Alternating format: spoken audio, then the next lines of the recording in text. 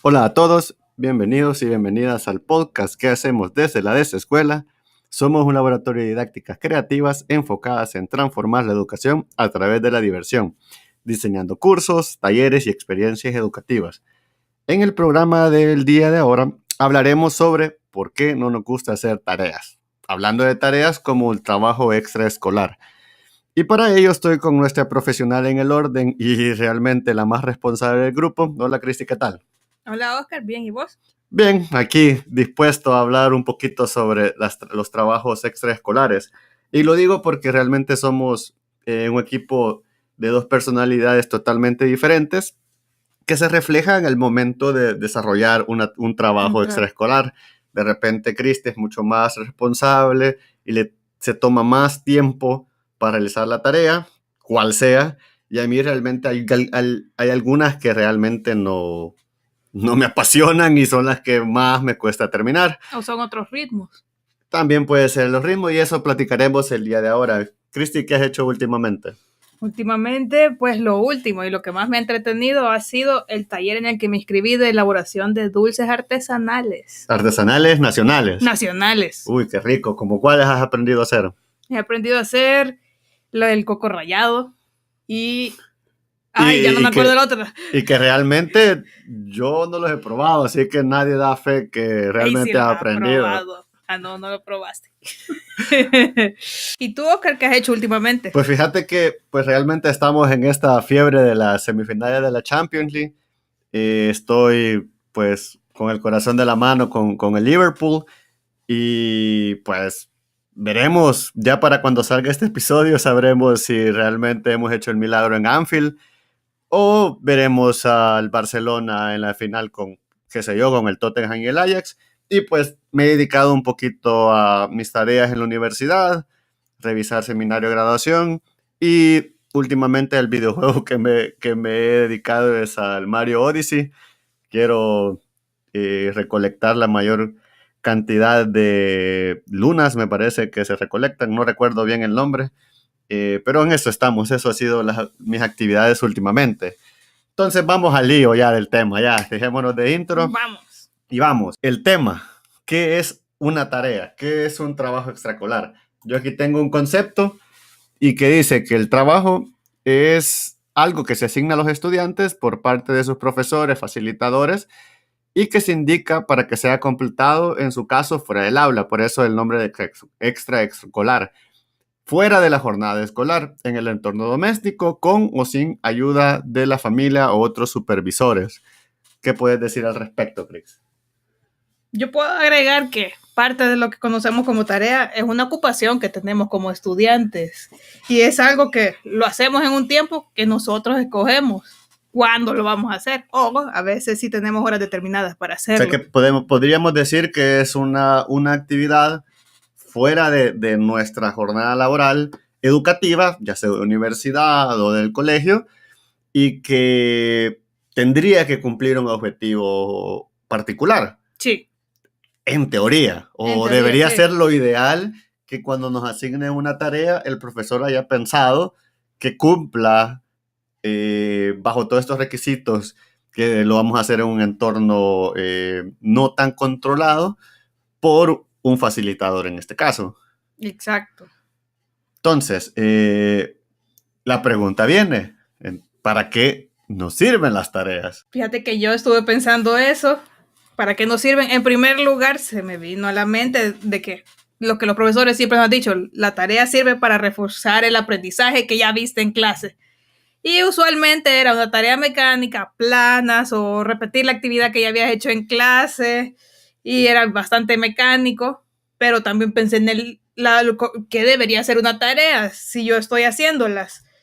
Para mí, las tareas fomentan la curiosidad y muchas de ellas me la fomentan. O más bien deberían de. Deberían de. Porque realmente hay tareas que yo no quiero recordar las malas tareas que tuve en el colegio, incluso en la universidad hay trabajos que vos haces que realmente vos sentís que es una pérdida de tiempo. Sí, que la sacás porque que es casi que es un requisito. Que es casi la frase es como el docente, y esto yo lo escuché cuando estudiaba en una universidad, que decían que era porque él no sabía cómo sacar notas, entonces nos dejaban trabajos sin un sentido Para o, tener comprobantes ajá, de o de tareas. repente para terminar, hoy que lo veo desde la parte docente, pareciera que era como para complementar ciertos contenidos que en su planificación, entendiendo y comprendiendo que sí la tenía, que pareciera que no, desarrollaba esos contenidos con un trabajo. Eso lo hace difícil, porque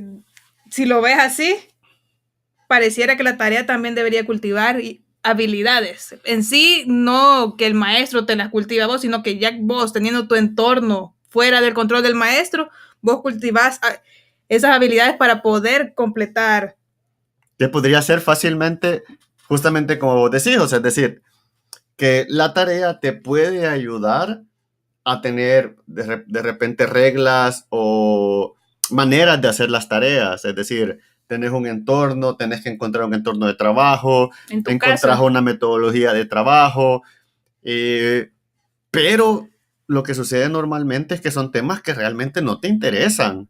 Entonces, cuando no tenés interés, se vuelve una carga y es por eso, y eso creo que puede llegar a la siguiente pregunta. ¿Por qué o que no? puede sobrecargarte, porque puede interesarte, pero te lo repetís tantas veces que ya decís, lo puedo repetir en otra ocasión porque ya sé hacerlo. Claro, también y es que sucede que de repente nos quieren sobrecargar con tareas. A veces, por ejemplo, lo veo desde de la parte docente, hay ciertas materias o asignaturas que necesitas un trabajo más pesado, por ejemplo, en la área de diseño, de proyectos de diseño, que Sí. son actividades que tienen un montón de tareas inmersas en un solo proyecto y esas, por más que quieras hacerlo super light, siempre te va a dedicar un tiempo de trabajo, pero también hay otras que son súper repetitivas, o sea, es busque fulanito, si estamos hablando de historia, busque a cierto actor, Personaje. analícelo y venga y preséntelo a su compañero. O sea, ¿quién te garantiza que en ese proceso vas a aprender? Si todos vamos a presentar de la misma manera. O qué tipo de aprendizaje es el que quiera. Aunque debería ser diferente, no debería ser como tan alargado. Ahí la tarea es la que, como decís, puede ser Yo abrumadora. realmente considero que las tareas no son malos como tal. El problema es que muchos utilizamos la tarea para complementar un trabajo de planificación mal hecho. Ah, Es sí, decir, por ejemplo, vos podés puede hacer darse. tareas interesantes. Por ejemplo, que vean una película. Hace poco hice esa actividad. Miraban una película súper, súper, súper buena que a mí me encanta un montón, que es Lego Movie. Muchos no la habían visto y no les decís qué actividad hacer, pero tenés la tarea, ves la película y a través de ver la película, ellos entienden el mensaje, analizan y responden con un proyecto, con una pintura o qué sé yo. O sea, ese proceso pareciera que no es una tarea, pero te pasas 2 horas divertidos, pues. Entonces, una actividad que probablemente cumple con una competencia o con un objetivo o con un aprendizaje particular, puede ser una actividad de realmente que te estimule. Pero ¿y por qué no nos gustan las tareas entonces? Que suenan a carga extra después de haber trabajado. Parecen Para mí, como una obligación más. sí, después de haber estado ya concentrado haciendo actividades. Pero vos qué pensás, por ejemplo, de países como en Finlandia, obviamente son culturas de primer mundo, de altamente desarrolladas, casi que el top del top a nivel educativo, que hablan que la tarea para los niños en casa es divertirse y jugar y que en el colegio o en la escuela o en el centro educativo o en la universidad se deben dedicar a la parte educativa. ¿Qué pensás sobre ello? A mí Finlandia siempre, desde que supe que ellos no dejan a los niños con tareas, sino que las realizan durante la jornada educativa y que su jornada educativa todavía es más corta de la normal, me llamó mucho la atención. Entender cómo ellos planificaban la clase y cómo entienden al niño en sí, porque realmente le ponen atención y dejan que sus etapas de vida vayan funcionando según su edad y así van ellos aportando lo que Es ya es un, la educación. es un como un crecimiento más natural Sí. de adaptarse al aprendizaje de cada uno de los chicos.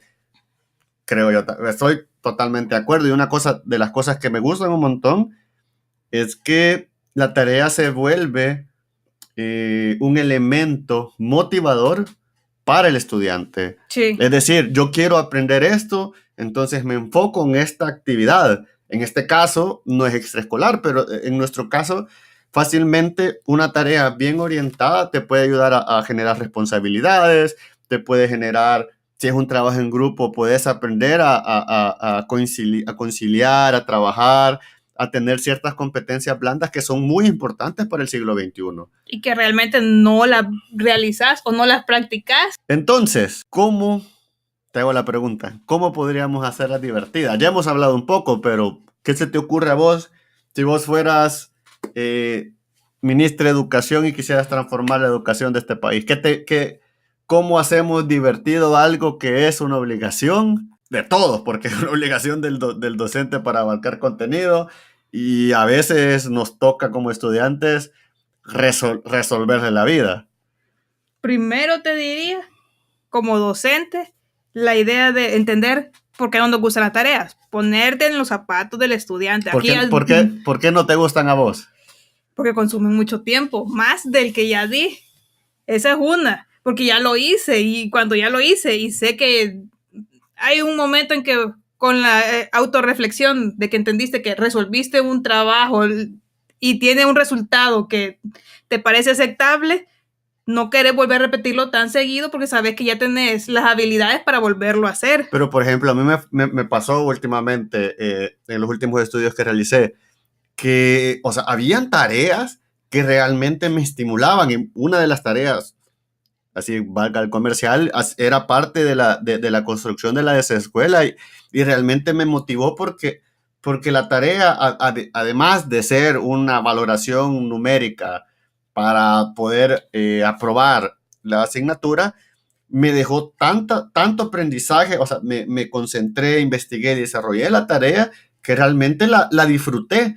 Obviamente también habían unas, como en materias de investigación, que de plano no le encontré la pasión y casi que fue por responsabilidad y cumplirla de la mejor manera posible. Ahí tenemos los dos puntos. Una, el que me mencionás y que es el que te iba a decir, las pasiones y los intereses de cada quien y se vuelve personalizado. Que eso también podría ser, que de repente la tarea escolar, si el profesor, obviamente, uno de los grandes problemas que tenemos es que nuestras aulas tienen 40, 50 alumnos en los colegios o en las escuelas, y en la universidad de repente tenés un grupo también grande, pero podés hacer tareas particulares si llegas a conocer al chico.